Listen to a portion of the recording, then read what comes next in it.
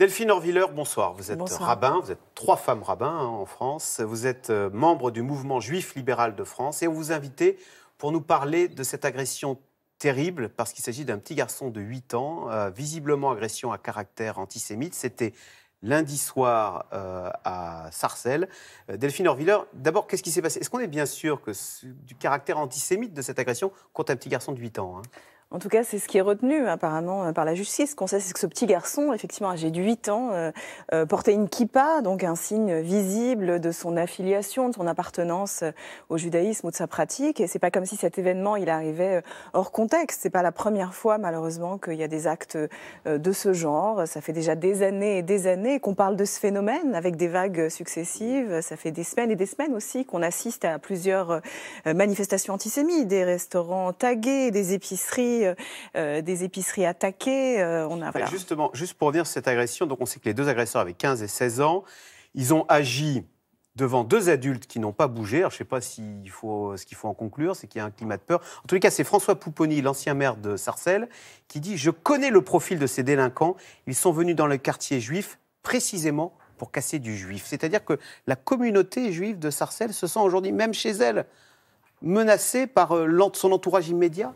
Oui, et tout ça renforce tout le phénomène qu'on connaît très bien, voilà, d'un communautarisme, l'impression que les uns sont montés contre les autres, que c'est en général toujours les mêmes qu'on attaque, d'un nous contre un eux, d'un passage à l'acte. Il faut toujours s'interroger sur les raisons de ce passage à l'acte. Qu'est-ce qui fait que tout à coup, il y a des mots qu'on connaît qui font basculer vers une violence physique? Qu'est-ce qui fait que ça se produit ici particulièrement? Il se trouve que la problématique antisémite existe dans le monde entier, elle existe en Europe, mais incontestablement aujourd'hui en France, il y a une problématique accrue. Vous parlez du passage à l'acte. Toujours François Pupponi se demande s'il n'y a pas eu un appel sur les réseaux sociaux. Alors, je ne sais pas si on en est là. En tout cas, ce qui est sûr, c'est que c'est toujours en raval. C'est-à-dire que quand il se passe quelque chose, on constate qu'immédiatement, il y a une multiplication des actes. Après l'attentat à l'hypercachère en 2015, on a constaté que dans les 2 mois qui ont suivi, il y a eu une multiplication des actes antisémites. C'est-à-dire que c'est comme si chaque action entraînait une autre action et qu'effectivement, voilà, il y a tout à coup une rafale d'actions. Alors, en tous les cas, là, le fait que ce soit un petit garçon de 8 ans qui rentrait d'un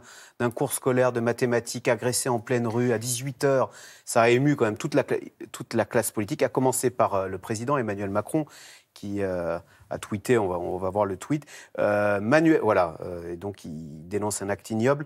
Manuel Valls également dit s'inquiéter de la montée effrayante de l'antisémitisme dans nos quartiers populaires.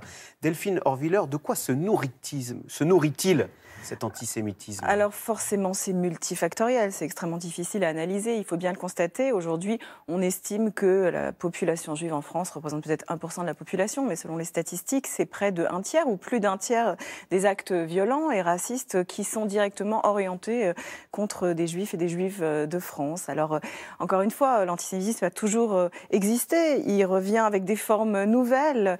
Et il revient particulièrement à travers l'histoire, et je crois que c'est très juste aujourd'hui, dans un moment où une nation est en crise, et dans une crise où tout à coup qui concerne le liant, quand tout à coup on n'est plus capable de faire communauté ensemble, communauté nationale, et que tout à coup chacun se replie sur ses droits, sur ce qu'on connaît très bien, la compétition victimaire, tout à coup l'idée que, et c'est tout à fait surprenant chez certaines personnes qui passent à l'acte, il y a cette idée qu'ils sont presque dans un renversement des responsabilités, en état de légitime défense, comme s'ils vengeaient quelque chose ou quelqu'un, comme s'ils avaient souffert. Vous voulez dire que c'est le conflit israélo-palestinien Très souvent, ce conflit israélo-palestinien, il a bon dos, c'est-à-dire qu'on fait croire à une importation de ce conflit israélo-palestinien. C'est pour mes frères, etc. Comme si, voilà, tout à coup, on confortait son identité, l'identité de son clan, de sa famille, de sa communauté, en frappant. Et là où c'est complètement absurde et abject, il n'y a pas d'autre mot, c'est quand on frappe un enfant, nourri en plus, bien souvent, tous les clichés antisémites qu'on connaît, qui bien souvent nous disent que les Juifs auraient du pouvoir ou de la puissance, on connaît par cœur, ou de l'argent.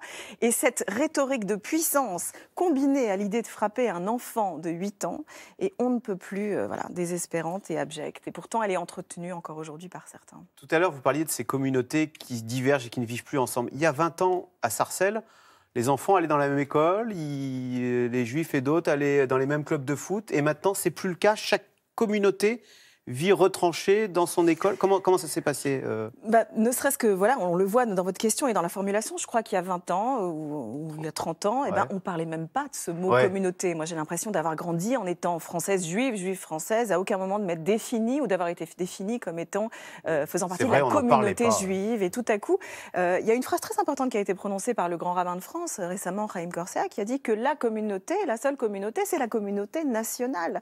Et on a tendance à oublier que c'est ça la promesse de la République et la promesse de la laïcité, c'est de faire que chacun d'entre nous soit protégé parce qu'il est un enfant de la nation. Et quand tout à coup on demande subrepticement, un peu vicieusement parfois aux gens de se définir comme étant membres d'une communauté, ou quand on les interroge en leur demandant qu'allez-vous faire en tant que communauté juive, comment allez-vous vous protéger, comment allez-vous vous défendre, eh bien là, en réalité, on trahit toute la promesse républicaine. On ne doit pas demander aux gens comment en communauté, comment ils vont s'organiser, mais comment tous ensemble, communauté nationale, nous allons faire face à ce problème qui nous concerne tous. Il n'empêche, quand, pour reprendre l'expression de François Pupponi, on vient dans le quartier juif pour casser du juif, comment réagit-elle, cette communauté de Sarcelles? Est-ce qu'elle... Il paraît qu'il déménage, la communauté juive à Sarcelles, réduit, non? Les juifs quittent Sarcelles? Alors, on a constaté, c'est des enquêtes récentes, notamment de l'IFOP, qui disent qu'il y a certains endroits, je ne sais pas ce qui concerne Sarcelles précisément, par exemple, Aulnay-sous-Bois, on a parlé d'une diminution très très importante du nombre de familles juives dans la ville. Je crois qu'on serait passé, selon cette enquête de l'IFOP, de 600 familles à 100 familles juives en quelques années. Ça veut dire que des gens partent. On a utilisé parfois un terme que moi, j'aime pas tellement. Certains parlent d'une alia interne. C'est-à-dire qu'au lieu d'aller en Israël, on déménage dans un autre quartier, dans une autre ville. Voilà, on se dit que peut-être ses enfants seront en sécurité, mais c'est extrêmement important de se dire que c'est tout à fait compréhensible. C'est-à-dire que ce n'est pas ce réflexe paranoïaque d'une communauté. Il y a une menace concrète et puis surtout, il y a une réflexion sur comment on assure tous ensemble, encore une fois, pas seulement en tant que juifs, en tant que parents juifs, mais en tant que parents tout court et en tant que citoyens tout court, comment on assure la sécurité de tous nos enfants. Voilà une question collective. Certes, les juifs sont ciblés particulièrement aujourd'hui et ont bien des raisons de s'inquiéter, mais en réalité, c'est toute la nation qui a à s'inquiéter et qui a à prendre cette responsabilité en charge. Problème européen. Angela Merkel a dit récemment, c'est une honte de voir qu'aucun établissement juif ne peut exister sans protection policière.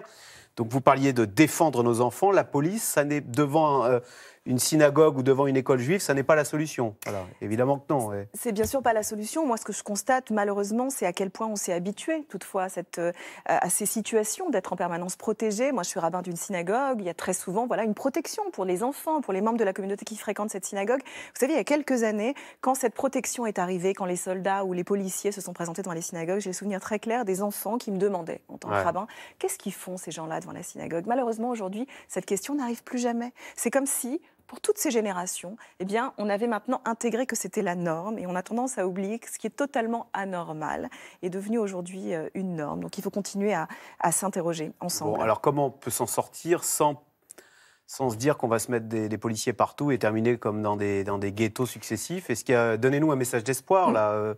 Je crois que c'est comme toujours, c'est toujours s'interroger sur la question de la responsabilité. Cette responsabilité, elle nous concerne tous. Vous savez, elle est enseignée en permanence. Bon, moi, je suis rabbin, ça ne va pas vous étonner que je vous cite la Bible, bien entendu, mais la Bible, elle commence par un épisode ô combien célèbre d'un homme qui tue son frère, qui est incapable de vivre avec l'autre que représente son frère. Caïn assassine Abel. Et quand Dieu, ou on pourrait dire la conscience de Caïn, se tourne vers lui et lui dit « Pourquoi as-tu agi ainsi ?» Caïn lui répond « Suis-je le gardien de mon frère ?» Je crois qu'aujourd'hui, plus que jamais, il faut que chacun d'entre nous soit capable de se dire qu'il est le gardien de son frère et qu'on renvoie la responsabilité, on se défausse de notre responsabilité sur personne. C'est un problème de chacun. L'antisémitisme n'est pas le problème des Juifs, c'est le problème de la nation. C'est notre problème à chacun d'entre nous, citoyens, aujourd'hui. Et c'est la responsabilité des éducateurs, des parents et aussi des leaders religieux que d'enseigner cette responsabilité. Merci beaucoup, Delphine Orvillers, d'être venue nous donner ce message d'espoir. Et puis on espère de tout cœur que ce petit garçon de 8 ans va se remettre le mieux possible de ce qui est assurément un traumatisme. Merci. Vous restez avec nous tout de suite. Caroline Roux, c'est dans l'air, qui revient sur l'affaire de la joggeuse Alexia Daval, retrouvée morte il y a 3 mois dans un bois. Eh bien finalement, on apprend que le meurtrier n'était autre que le mari. C'est dans l'air est intitulé ce soir « Des larmes aux aveux ».